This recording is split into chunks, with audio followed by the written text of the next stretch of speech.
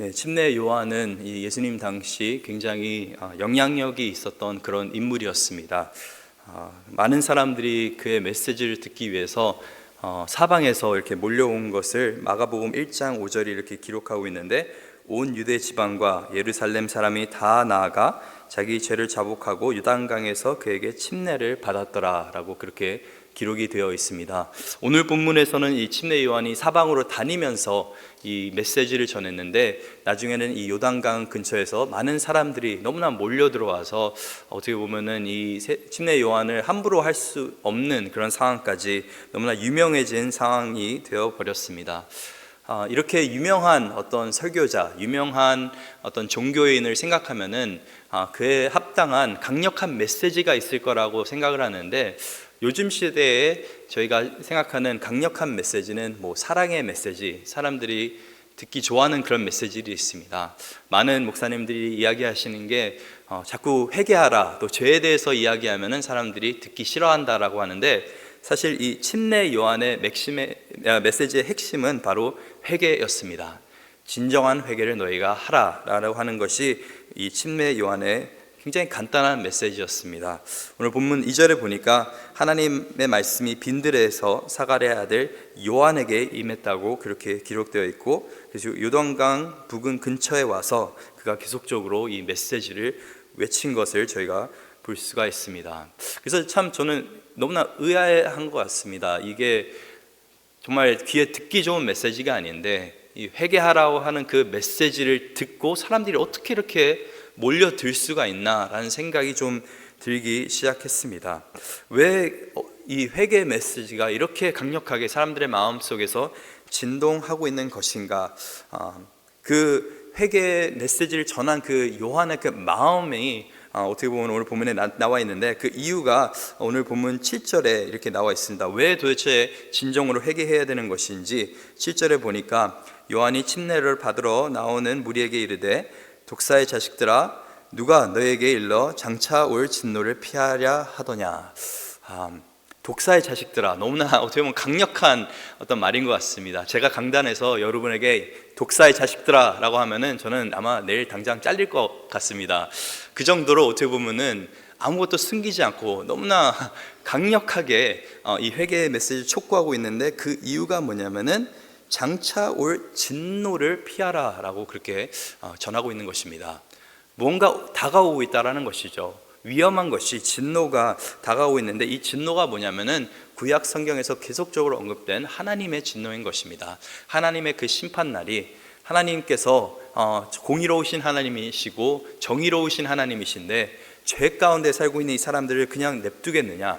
진노의 그 하나님, 심판의 하나님이 반드시 돌아오실 것인데, 그 장차 오실 그 날이 곧 다가온다라는 그 메시지를 전하고 있습니다. 그래서 우리가 살 수 있는 그 길은 바로 회개하는 그 길밖에 없다라고 하면서 8절에 보니까 회개에 합당한 열매를 맺고 속으로 아브라함이 우리 조상이라 말하지 말라.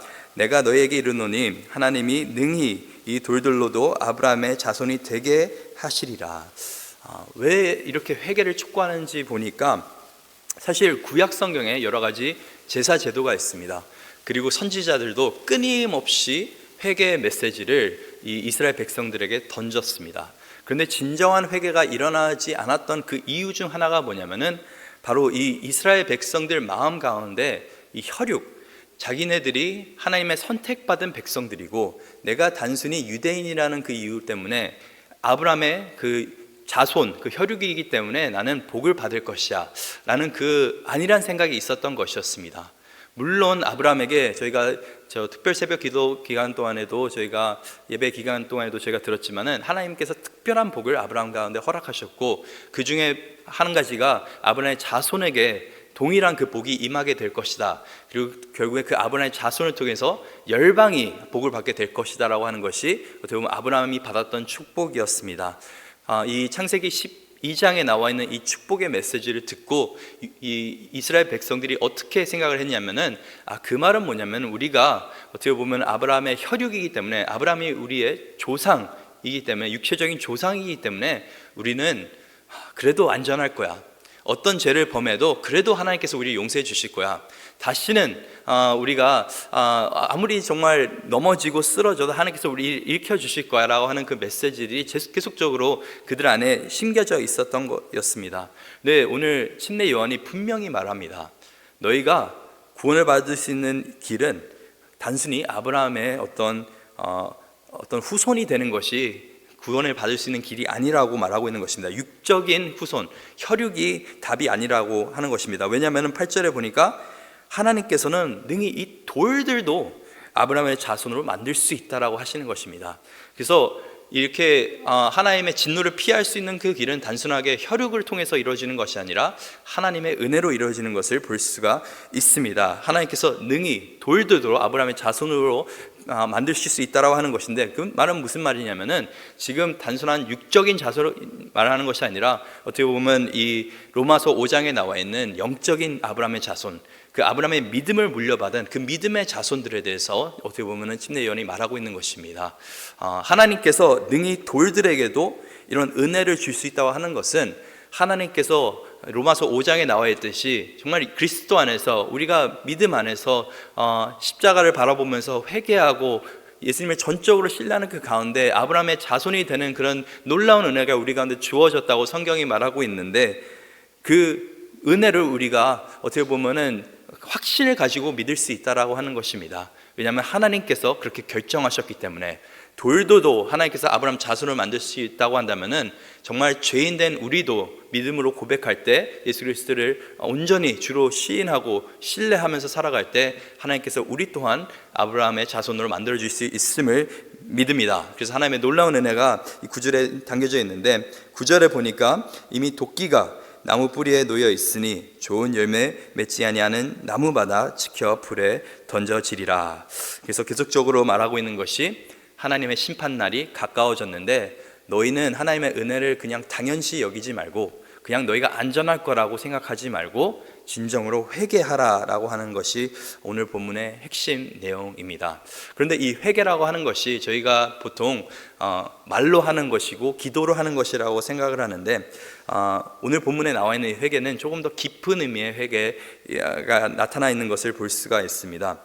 이 침례 요한 시대 또 예수님 시대 당시의 사람들은 이 회개의 메시지에 대해서 사실 그렇게 새롭게 이걸 듣는 것이 아니었는데, 굳이 침례 요한이 회개를 가르치고 또 더 나가서 굳이 침례를 베푸면서까지, 사실 이게 성경에 뭐 회개를 시키기 위해서 침례를 베푸라고 되어 있는 그 구약 구절은 없습니다. 그래서 어떻게 보면 이게 침례 요한이 어떤 전통에 따라서 만들어진 것이었는데, 왜 굳이 이 회개의 메시지만 전하면 되지 침례까지 더불어서 그가 이 죄사함에 대해서 강조했을까, 저희가 궁금해할 수도 있습니다. 근데 그 이유는 뭐냐면은 여러 가지 회개를 어떻게 보면 촉구하는 종교 의식들이 있었습니다. 제사 제도도 있었고, 제사장에게 앞에 가서 뭐 하는 여러 가지 예배 것들도 있었고, 근데 이 유대인들 안에, 이스라엘 백성들 안에 어떤 마음이 있었냐면은 회개가 하나의 종교 의식이 돼버린 상황인 것이었습니다. 정말 깊은 마음 깊은 곳에서 내가 정말 하나님 앞에 범죄하였고 잘못하였고 앞으로 바르게 살아야겠다는 마음보다는 이 제사라고 하는 것이 하나의 종교 의식이 되어버렸기 때문에 이제 더 어떻게 보면 큰 그림을 가지고, 더 분명한 그림을 가지고, 이 침례라는 그림을 가지고 회개의 메시지를 지금 촉구하고 있는 것입니다. 저희 삶 가운데도 이런 마음이 있지 않는지는 좀 돌아볼 필요가 있는 것 같습니다. 회개가, 우리가 매 주일마다 어떤 회개 기도를 하면서 저희도 이 예배에 임하게 되는데, 예배 전에 10분 동안 정말 마음을 준비하라고 했는데, 많은 경우 우리가 회개 기도할 때 참 기도가 잘 나오지 않을 때가 있습니다. 특히 회개 기도를 많이 하시는 분일수록 어떻게 보면은 내가 이 죄도 고했고 저 죄도 고했고, 사실 처음 예수님을 믿을 때는 고할 죄가 너무나 많이 있는데, 점점 이제 시간이 지나면 지날수록 그냥 회개하는 것이 손 씻는 정도의 느낌으로 받아들여질 때가 많이 있습니다. 내가 그렇게 나쁜 삶을 살지는 않았는데, 내가 삶 가운데 그렇게 멀리 하나님을 떠나지 않았고 범죄하지 않았는데 라고 생각할 수 있는데, 근데 이 회개라고 하는 것은 하나님의 은혜가 깊어지면 깊어질수록 회개는 우리가 더 깊어지게 되는 것입니다. 회개라고 하는 것은 어떻게 보면 하나님의 공의로움과 거룩함을 우리가 더욱더 알아갈 때 우리의 죄된 모습이 발견되는 것이고, 그 안에서 우리는 더욱더 하나님을 닮아가고 싶습니다. 내가 이렇게 살지 말고 하나님의 거룩함을 사모하고 싶습니다 라고 고백하는 것이 참된 회개인 것입니다. 그래서 어떤 회개 매너리즘에 빠져 있는 분들이 계신다면 오늘 아침에 이 침례 요한이 촉구하고 있는 것이 회개하라, 그냥 말로만이 아니고 행위로만이 아니라 정말 마음 깊은 곳에서 진정으로 회개하라고 그렇게 메시지를 던지고 있는 것입니다.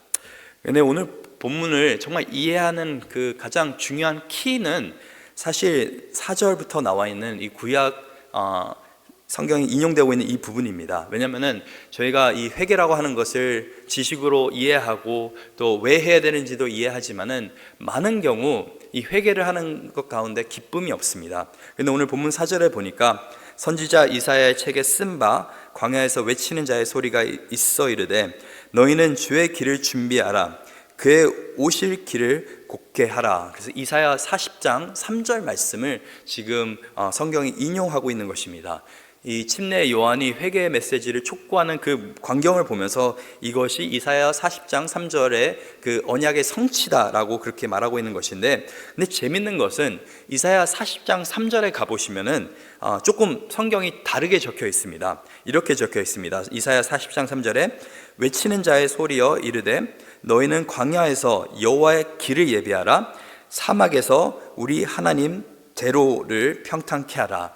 근데 영어 성경에 보면은 이 하나님의 대로가 어떻게 번역이 되어 있냐면은 highway for God 이라고 되어 있습니다. 고속도로라고 하는 것이죠. 저희가 하이웨이라고 하면 고속도로인 것입니다. 그만큼 큰 길, 하나님의 대로를 평탄하게 하라라고 하는 것입니다. 광야, 사막 가운데서 하나님의 하이웨이, God's highway를 준비하라라고 되어 있는 것입니다. 그러면서 오늘 본문 5절에 보니까 모든 골짜기가 메워지고 모든 산과 작은 산이 낮아지고 굽은 것이 곧아지고 험한 길이 평탄해질 것이요. 사실 이런 말을 보면은 저희는 그게 별로 대단하게 느껴지지 않습니다. 제가 이제 한국에 갔을 때 특히 동해 쪽으로 가게 되면은 참 고속도로를 영동 고속도로죠. 타고 가면은 너무나 대단한 것 같습니다. 그 많은 산을 뚫고 길이 나여져 있고 산이 깎여져 있고 그걸 보면서 참 인간이 위대하다는 생각을 생각할 때가 굉장히 많이 있습니다. 그래서 저희도 어떻게 보면 골짜기가 메워지는 것, 산이 낮아지는 것, 굽은 것이 곧아지는 것, 험한 길이 평탄해지는 것은 현대 사회의 공사의 기술과 또 우리가 갖고 있는 장비 가지고는 너무나 쉽게 이루어지는 것들입니다. 그래서 이 말을 보면 그렇게 놀랍지 않은데, 근데 예수님 시대에는 그러한 장비도 없었고 그러한 기술도 없었습니다. 이 보통 길이라고 하는 것은 다 비포장 도로였고 사람들이 많이 다니다 보니까 길이 딱딱해져서 그것을 길이라고 대부분 했지 따로 길을 놓고 뭐 깔고 그런 일은 없었습니다. 그래서 하나님의 대로, 하나님의 하이웨이를 놓는다고 하는 것은 어떻게 보면은 이 유대인들에게는 굉장히 놀라운 사실인 것이죠. 그것도 사막 한가운데 하나님의 대로를 놓는다, 하나님의 하이웨이, 하나님의 길을 놓는다는 것은 굉장히 대단한 것이었습니다. 왜냐하면 그 당시에 사막 한가운데 정말 아무것도 없는 곳에 대로, 길을 놓을 수 있는, 그 하이웨이를 놓을 수 있는 사람은 딱 한 사람밖에 없었습니다. 로마 황제. 모든 길이 로마로 이어진다라고 하는 말이 있죠. 그만큼 로마 시대, 이 로마 제국이 했던 가장 큰 일 중 하나가 뭐냐면은 하이웨이, 큰 길들을 만들어 놓은 것이었습니다. 그 길들을 만들어 놓은 이유가 뭐냐면은 로마의 황제가 여러 마을과 여러 도시들을 이렇게 다니는데 그 황제가 그냥 어떻게 발로 걸어갈 수 있겠습니까? 마차도 끌고 가야 되고 여러 가지 사신들도 데리고 가야 되고 어떻게 보면 행차를 해야 되는데 그 길을 가야 되는데 그 길이 비포장 도로고 길이 닦여져 있지 않으면은 그 가는 길이 얼마나 힘들겠습니까? 그 여러 가지 많은 물건들도 갖고 다녀야 되고 해야 되는데, 그래서 황제가 어떤 곳에 갈 때는 미리 사신들을 보냈습니다. 그 사람들이 그 마을과 도시 사람들에게 가서 황제가 이곳에 올 것이야 라고 미리 알려줬습니다. 그 말을 들은 사람들이 대부분 했던 게 뭐냐면 이제 도로를 놓기 시작했습니다. 황제가 우리 도시에, 황제가 우리 마을에 오니까 우리가 길을 닦고 도로를 놔서 황제가 올 수 있는데 편하게 올 수 있게 그렇게 만드는 것이었습니다. 근데 그들이 할 수 있는 게 뭐가 있었겠습니까? 산을 옮길 수 있는 것도 아니었고 뭐 골짜기를 메꿀 수 있는 것도 아니었습니다. 그냥 뭐 좀 돌 있는 거 좀 옮기고 좀 평판하게 하는 정도였지 근데 오늘 본문에 나와 있는 것은 누군가가 오고 있는데 그 오는 그 길을 어떻게 예비해야 되냐면은 그 높은 산들은 낮아지고 깎고 그 골짜기는 메워지고 그 꼬불꼬불한 길은 곧아지고 그 험한 길들은 다져지고 황제보다 더 놀라운 왕이 오기 때문에 그분한 대우가 필요하다라는 것입니다. 영원한 왕 예수님이 오시고 있기 때문에 지금 침례 요한은 회개하라. 그 회개가 무엇입니까? 우리 삶 가운데 정말 높아져 있는 우리의 교만함과 또 비어있는 우리의 마음들이 어떻게 보면 교만함은 낮아지고 비어있는 마음들은 하나님의 은혜로 채워지고 또 우리 가운데 삐뚤삐뚤한 하나님의 그 길이 아닌 다른 길로 가고 있는 그 길들은 곧아지는 그 은혜, 그리고 험한 그 길들은 다져지는 그 은혜, 그게 회개인 것입니다. 회개하라고 하는 것은 그냥 삶의 일부분이 바뀌는 것이 아니라 내 삶의 모든 것이 바뀌는 것입니다. 내 인생 가운데 있는 산들이 깎여지는 것이고 내 삶에 있는 골짜기들이 메워지는 것이고 하나님 때문에 내 삶에 꾸불꾸불에 있는 그 여러 가지 문제들이 바로 펴지는 것이고 험한 그 길들이 바르게 되는 것입니다. 우리가 회개해야 되는 가장 큰 이유는 예수 그리스도가 우리의 영원한 왕이 되시기 때문에 그렇습니다. 그 왕이 오시는데 우리 삶 가운데 정말 부족한, 정말 볼품없는 우리 삶 가운데 오시는데 그에 합당한 길을 우리가 준비해야 되지 않겠습니까? 로마 황제도 그렇게 길을 깔아주는데 하나님이 오시는데 영원한 예수 그리스도 우리 인생의 그 구원자가 오시는데 우리가 어떻게 회개를 안 할 수가 있겠습니까? 그래서 어떻게 보면은 예수님을 준비하는, 예수님께서 다시 돌아오실 것인데 재림하실 것인데 그를 준비하는 그 과정이 바로 우리 인생의 그 길을 닦아놓는 것입니다. 그래서 6절에 보니까 이렇게 했을 때 모든 육체가 하나님의 구원을 보리라 함과 같으리라. 그냥 특정 사람들만 이것을 누리는 것이 아니라 모든 육체가 이렇게 진정으로 하나님 앞에 겸손하게 회개하는 그 자들 가운데는 무엇이 임하게 됩니까? 하나님의 놀라운 구원이 임하게 되는 것입니다. 그래서 참 예수님이 우리의 영원한 왕이 되시기 때문에 우리는 회개의 삶을 사는 것입니다. 그냥 무서워서 두려워서 할 수 없이 회개를 하는 것이 아니라 정말 하나님께서 우리의 왕 되시고 하나님께서 우리의 인생 가운데 찾아오셨기 때문에 우리는 기쁨으로 즐거움으로 우리의 삶 가운데 하나님의 것이 아닌 것은 버리고 정말 우리 가운데 높아져 있는 것들은 낮추면서 하나님께 그 말씀 가운데 내 인생을 맞춰 나가는 것입니다.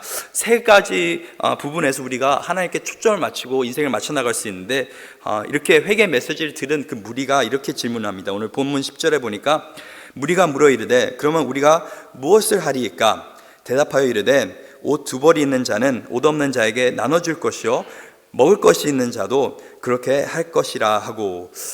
그래서 어떻게 보면은 내일 예수님께서 돌아오시면 여러분은 오늘 뭐 하시겠습니까? 뉴턴도 그런 질문을 했었죠. 내일 세상이 멸망한다면은 나는 어떤 사람들이 이제 나는 사과나무를 심겠다라고 하는 사람들이 있습니다. 근데 믿는 사람은 내일 예수 그리스도가 돌아온다 한다면은 대답이 뭐야 되냐면은 다른 것보다 나는 사랑을 하겠습니다. 사랑에 대해서 이야기하고 있는 것입니다. 다른 어떤 거룩함이 아닌 그냥 종교적인 거룩함이 아닌 삶 가운데서 거룩함이 어떻게 보면 진정한 회개의 열매라는 것을 볼 수가 있습니다.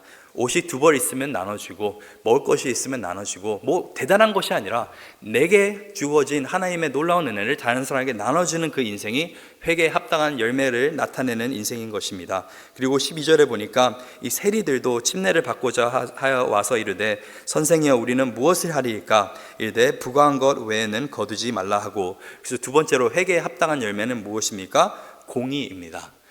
다른 것보다 그냥 받을 만큼 받아라. 이 당시의 세리들은 로마 제국에게 이 거둔 어떤 여러 가지 돈들을 바쳤기 때문에 자기네들이 더 많이 거두면 거둘수록 자기네들이 이익을 취할 수가 있는 그런 제도였습니다. 그런데 이 침례 요한이 세리들에게 말하고 있는 것이 받을 만큼만 받고 더도 덜도 받지 말라라고 하는 것이 그냥 공의롭게 정직하게 살라고 하는 것이죠. 회개에 합당한 열매, 우리가 정말 그리스도를 왕으로 모신다고 한다면은 우리 삶 가운데 부정의한 것, 또 우리가 투명하지 못한 그런 부분들은 내려놓아야 되는 것입니다. 그리고 마지막으로 14절에 보니까 회개에 합당한 열매는 자족입니다. 자족. 14절에 군인들도 물어 이르되 우리는 무엇을 하리이까 하매 이르되 사람에게서 강탈하지 말며 거짓으로 고발하지 말고 받는 급여를 족한 줄로 알라 하니라. 계속 강탈하고 거짓말하려고 하는 그 사람의 그 본성이 어디서 나오냐면은 그냥 더 많은 것을 취하고 싶은 그 욕심에서 나오는 것입니다. 자꾸 다른 사람들의 것을 빼앗고 싶고 내가 더 많은 것을 누리고 싶어하는 그 마음 가운데서 우리가 어떻게 보면 다른 사람들에게 해코지를 하게 되는 것인데, 그렇게 살지 말고 침례 요한이 말하는 것은 회개에 합당한 열매, 자족하는 삶, 하나님께서 너에게 주신 그 충분한 은혜를 너희가 누리면서 살라고 지금 말하고 있는 것입니다. 그래서 오늘 말씀을 정리하겠습니다. 침례 요한의 그 메시지 굉장히 단순했습니다. 회개하라. 천국이 가까웠으니, 하나님 나라가 가까웠으니, 무엇보다도 영원하신 왕 예수 그리스도가 이제 우리의 인생 가운데 찾아오셨으니 너희는 그냥 가만히 있지 말고 그냥 종교적인 행위로만 회개하지 말고 인생 모든 그 부분에서 길을 닦고 험해진 것들은 다져지고 예수님을 맞을 준비를 하라고 그렇게 말하고 있는 것입니다. 예수님을 맞을 준비는 삶 가운데 진정한 회개가 일어나는 것인데, 하나님의 은혜로 우리가 사랑 안에서 또 공의 안에서 자족하면서 우리가 살아갈 수가 있는 것입니다. 하나님께서 우리 가운데 오늘도 참 놀라운 은혜를 허락하셨고 하나님의 백성으로 살아갈 수 있는 길을 만들어 주셨습니다. 그래서 그의 합당한 열매를 맺으면서 살 수 있는 죄가 되길 원하는데, 무엇보다도 오늘 하루도 예수님을 왕으로 모시면서 예수님을 왕으로 인정하면서 살 수 있는 저와 여러분들 쓰기를 간절히 소망합니다.